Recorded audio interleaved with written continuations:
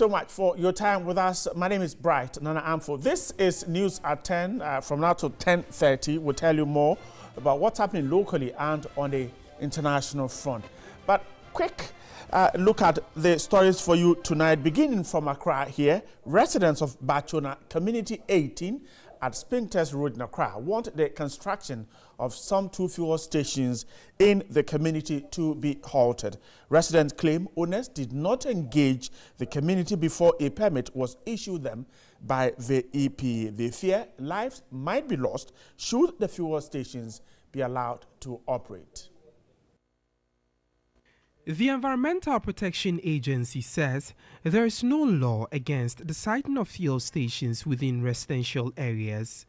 However, the guidelines for the establishment and operations of these facilities indicated where these facilities can be sited. In the case of fuel filling stations, they can be sited in either commercial, mixed-used areas or residential areas. President Akufo-Addo has ordered fuel stations that do not meet the EPA guidelines to be shut down, describing them as high-risk fuel stations.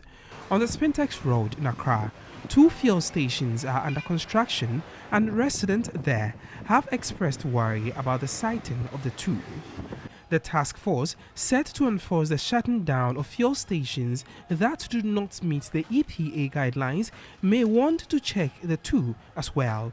Permits for the construction of the 2 facilities, we were told, were issued long before the new guidelines.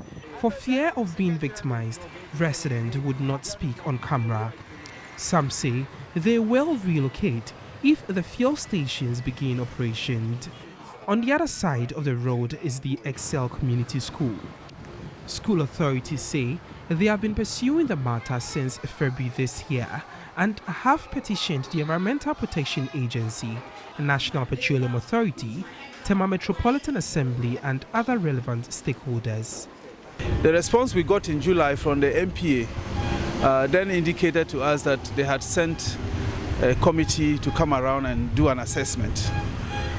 In that letter, we do notice that they admit that this school is situated only 10 meters away from the construction site and residential areas.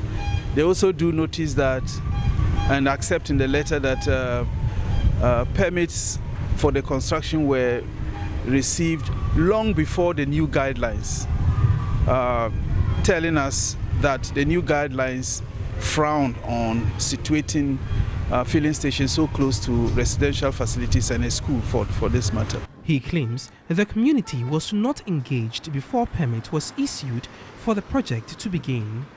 In the letter that the MPA CEO wrote to us, he indicated that the promoter of the service station says that he did have community engagement, and about 17 residents signed during those engagements.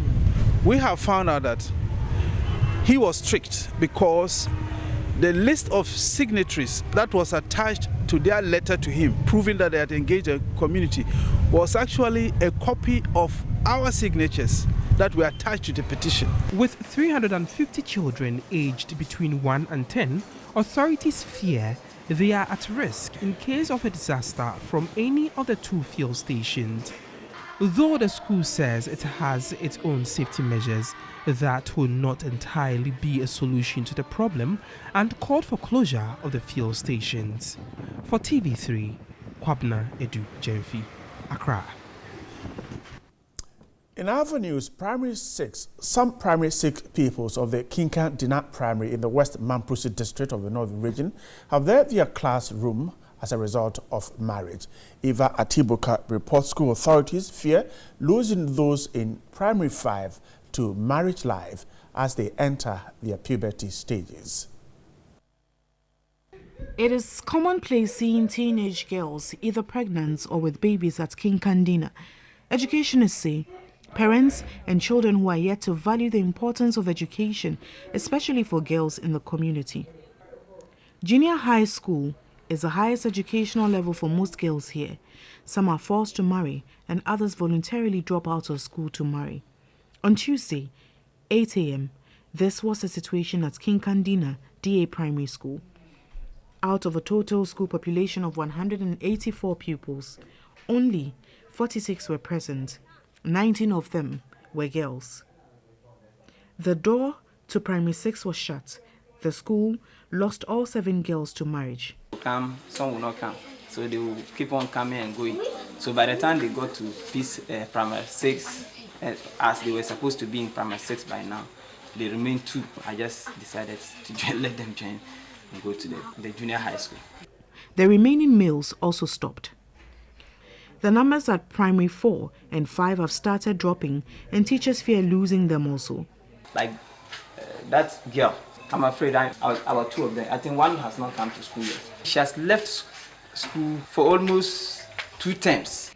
At age 10, Ya is already out of school for no reason. It also appears she has no plan returning to the classroom. Family members say they have lost control over her. When we apply faults, she will run away from home, and the community members will blame us for that. Assembly member for the area is Memuna Sando. Sometimes that they will give them a bag of maize, or they will go and farm for them. Because of that, the parents are rather forcing the girls to marry. She indicated the assembly is overwhelmed by the problem and wants personnel of the security services to move in to coerce the children to stay in school. That's from the northern region. Now, as Ghana joins the world to commemorate the Global Hand Washing Day, several people are still at risk of contracting diseases at chop baths and public lavatories because operators are reluctant to provide basic materials for effective hand washing. Josephine Frimpong was out and in the capital and has come through with the following report. I want to find out from the public what they make of the Global Hand Washing Day, the essence of the day, and whether they understand the effective hand washing methods, the benefits that they will derive if they are supposed to incorporate it into their daily lives. Although people around the world, including Ghana, wash their hands with water, only a few use soap in the process, and even after visiting the lavatories. According to doctors, doctors have made us understand that washing your hands with soap and water prevents you from contracting diseases. Kojo Bonsu might know the benefits of hand washing, yet he's still at risk. We are not always fortunate to get soap. Sometimes he hides it and releases it upon request. It's not the case. Today, for instance, the one who sells the soap was not available. He went to church. Mary Asan and her sisters are the owners of this chop bar located at Kokomlemle in Accra. Mary has been in this business for 5 years, yet there are issues. Daniel is a regular patron of his various dishes on sale. There is no soap here, so sometimes we have to request for it. The poor environment in which the food is sold also caught our attention. Though patronage may be high, these people and many others are exposed to the dangers of insanitary conditions. Josephine Frimpong, TV3 News, Accra. Josephine Frimpong for that story. Now, President of the Republic of Cote d'Ivoire, His Excellency Alassane Ouattara, will from Monday, tomorrow, 16th October, begin a 2-day official visit to Ghana. The visit is to deepen further the already strong relations that exist between the two countries, as well as explore other areas of cooperation to their mutual benefit. The visit is a reciprocal one to the visit made to Le Cote d'Ivoire by President of the Republic Nana Addo Dankwa Akufo-Addo in May this year at the start of the Tour of Countries of West Africa. The two presidents and their respective teams are expected to hold bilateral discussions at the Flagstaff House on Monday, after which the two leaders will address a joint press conference. Prior to President Ouattara's departure on Tuesday, October 17, the two countries will sign a bilateral agreement and inaugurate a joint commission for the implementation of the recent judgment passed by the International Tribunal for the Law of the Sea.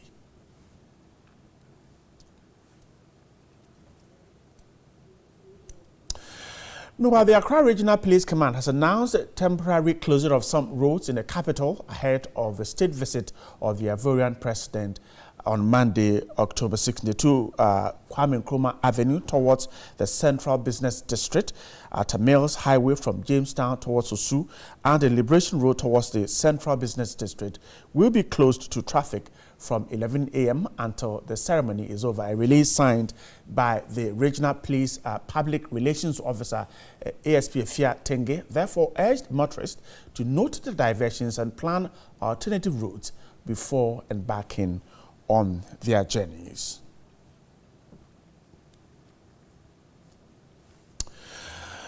That's it for News at 10. The show was put together by Isaac Ameko. My name is Bright Nanafo. Have a good evening and a productive week. See you tomorrow. Good night.